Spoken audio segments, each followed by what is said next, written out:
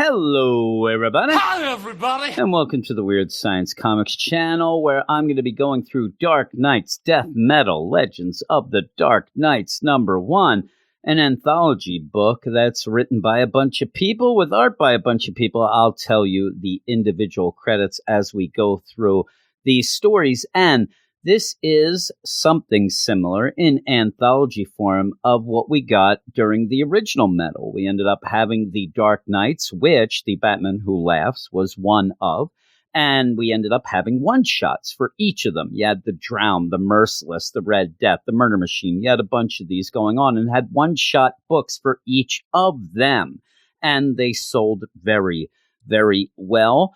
An average, not including the Batman Who Laughs, which that went through the roof, but even the other ones sold above 70, 80,000 copies. So when you end up having this death metal, it seems as if DC then went to Scott Snyder and said, hey, yeah, we did those one-shots of the Dark Knights. You have all these new Dark Knights. Can we do that?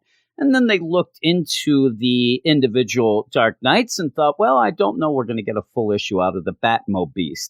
I don't know that baby Batman is going to be able to hold his own solo issue. So let's do an anthology. Now, that's what this is. Most people should be aware by now that something like this may not be necessary, but let's see if it's good. Now, as that's going on, you also have speculators jump on this issue because of the Robin King. You end up having the first print seemingly being sold out. Nobody can get a hold of this. That ends up getting more hype, making it in demand. People have to get it. People like to get what they can't have.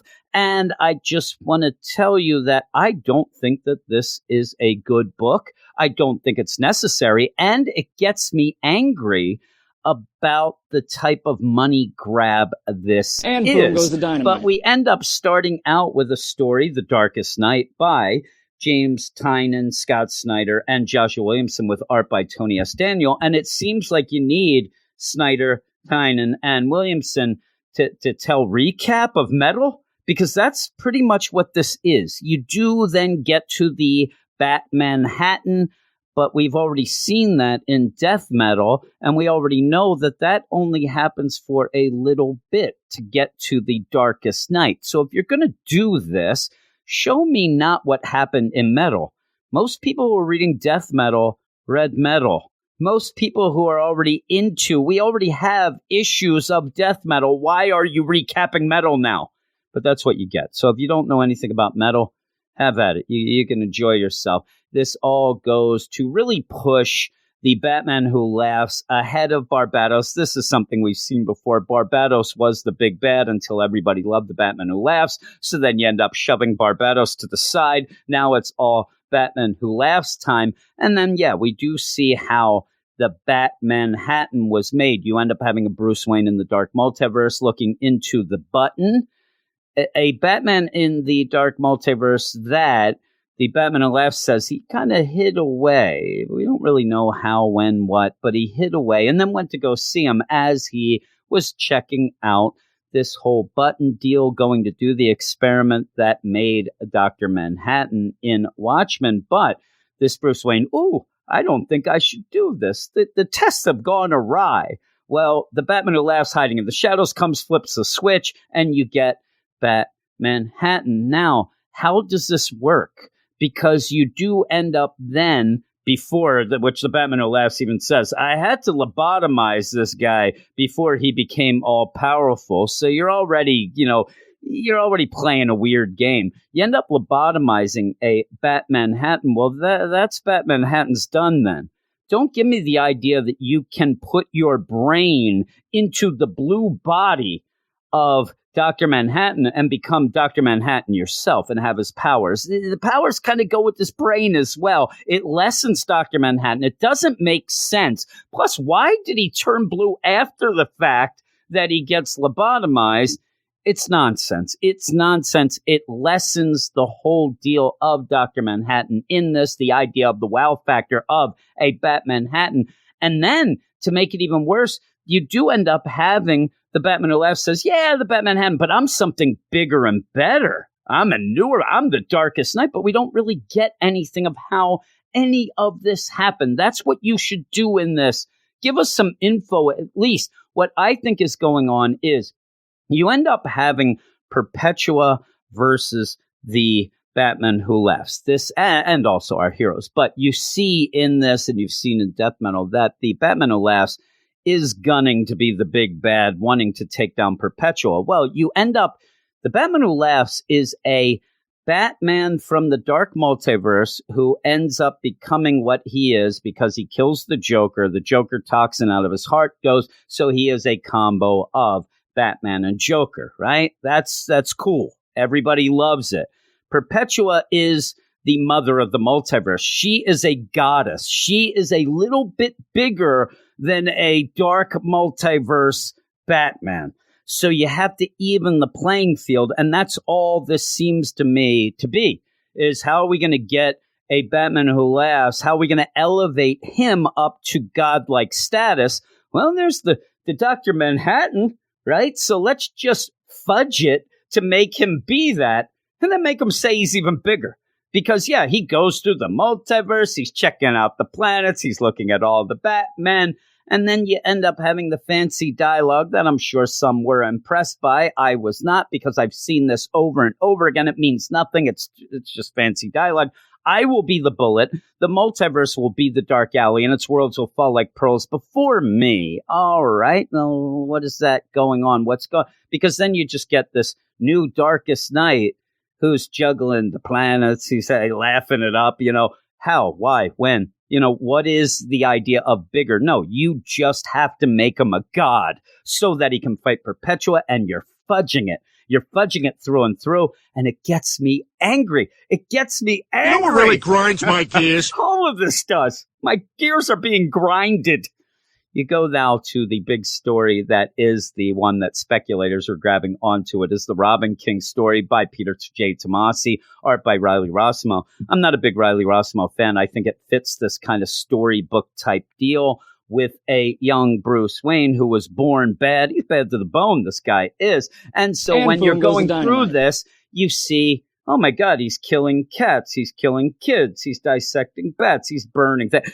We get it. It goes on a little bit too long in my mind just to get to the big wow moments of in the alley after seemingly watching the Gray Ghost movie. So this kind of sets it in the animated universe even. So you end up where Joe Chill, hey, give me your monies. And a 10-year-old Bruce Wayne who has a knife goes and slices Joe Chill. Why isn't anybody grabbing this 10-year-old? He's a 10-year-old.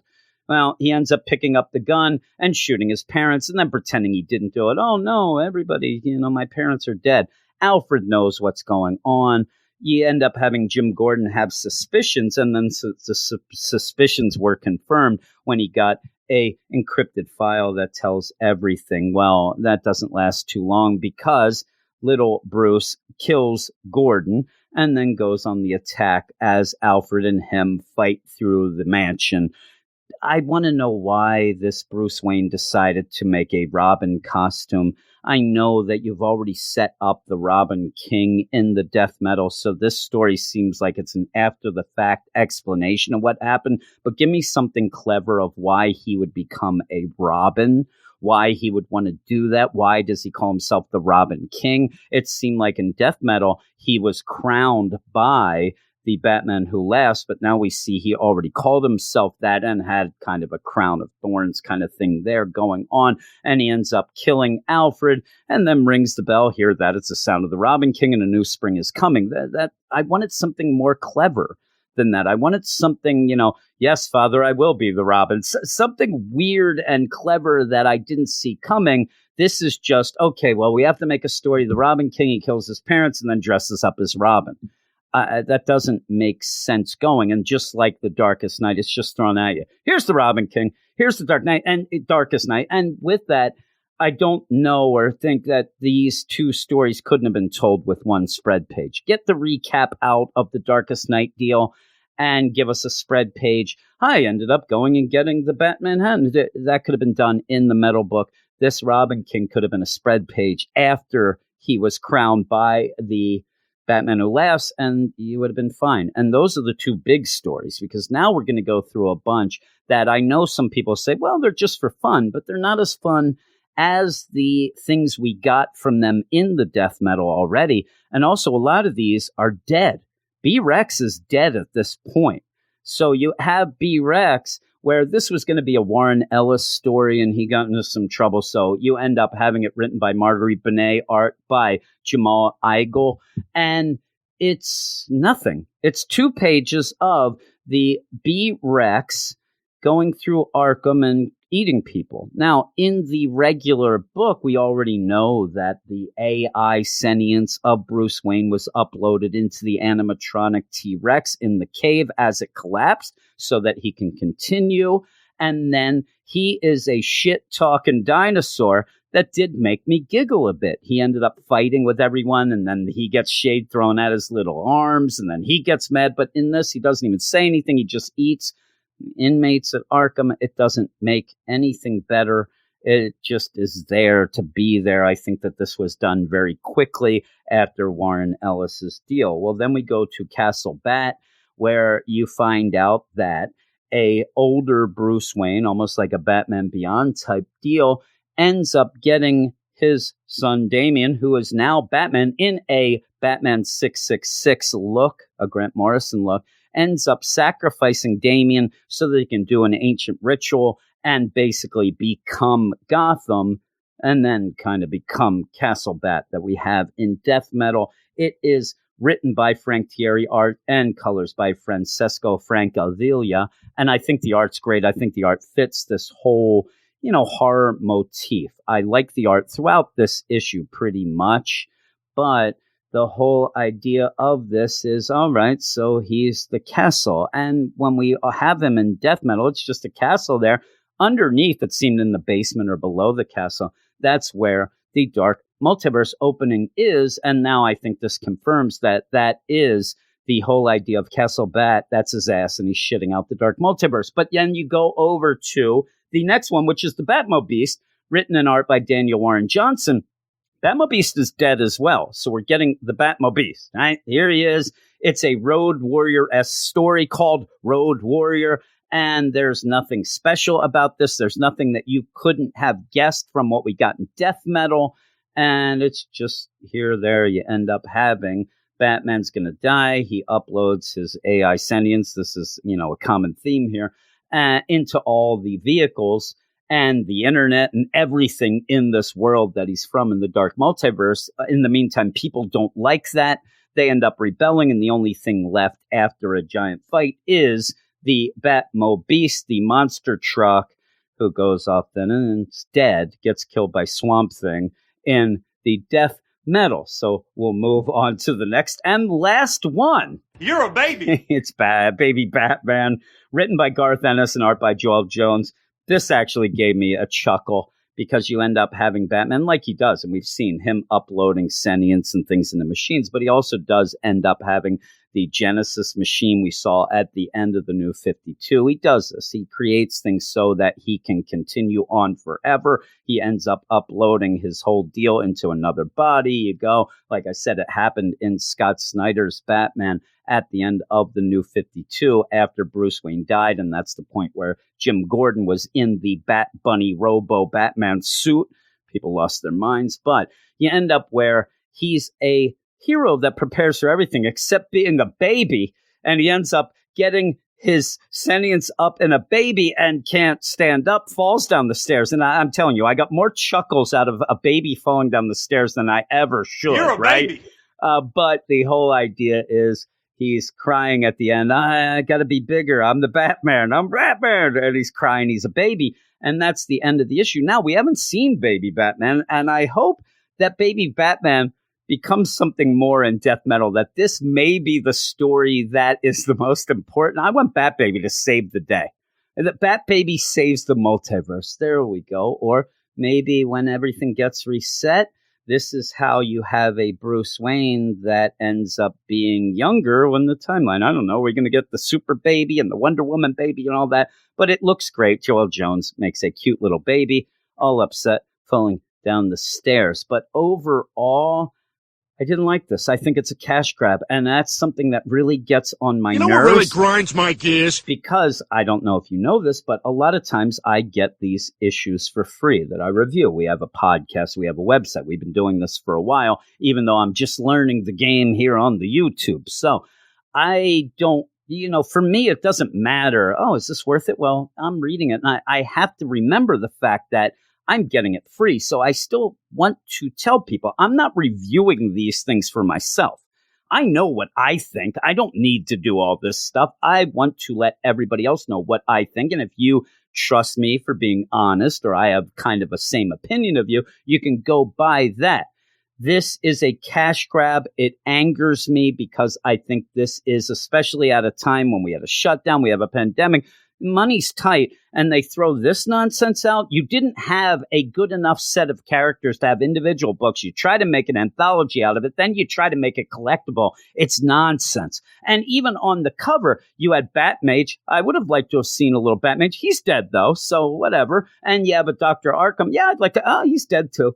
So you're throwing these out there just to get people who think, oh my God, death metal's the big thing. This is what's going to reinvent the universe, possibly. We're going to have, it's a big event, summer event. I have to get everything. And this is not necessary. Everything in this either we already knew, could have guessed, or could have been in spread pages in the regular book. So overall, I give it a 5 out of 10. I think the art is good enough, but just it's not necessary. And I think the idea of it becoming sold out is going to get people thinking it's sold out because it's good, not because it's collectible. I think that's nonsense. So yeah, 5 out of 10.